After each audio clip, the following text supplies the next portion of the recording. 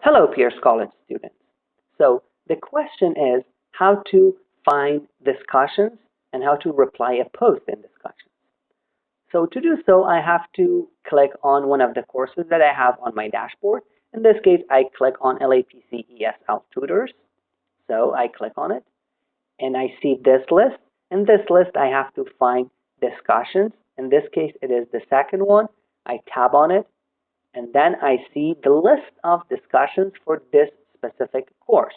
So if I want to reply to one of them, in this case, I want to reply to Canvas video test, I tab on it and I see the discussions topic, which is Canvas video test, and the description for it.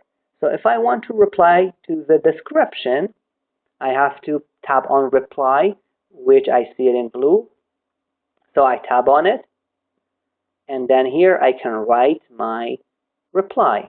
I think and continue.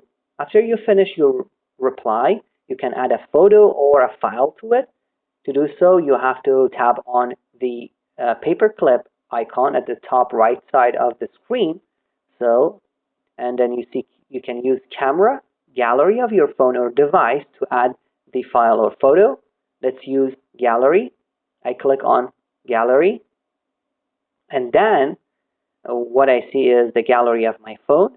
If I want to add the right photo and then tab on it, one more, and then it is here. So either I cancel it or if I am okay with that, I selected the right one, so I do okay. Again, if I want to add another one, I do the same process with paperclip icon. And then at the end, I need to use the arrow icon at the right top side of the screen to reply. So let's see. And then it should be here. Yeah, as you see, it's the last one. So I replied to the post. I also can reply to any of those comments or replies. So reply to a reply. Under any of them, you can see reply. So if I tab on that, again, you are here at the same place that we were.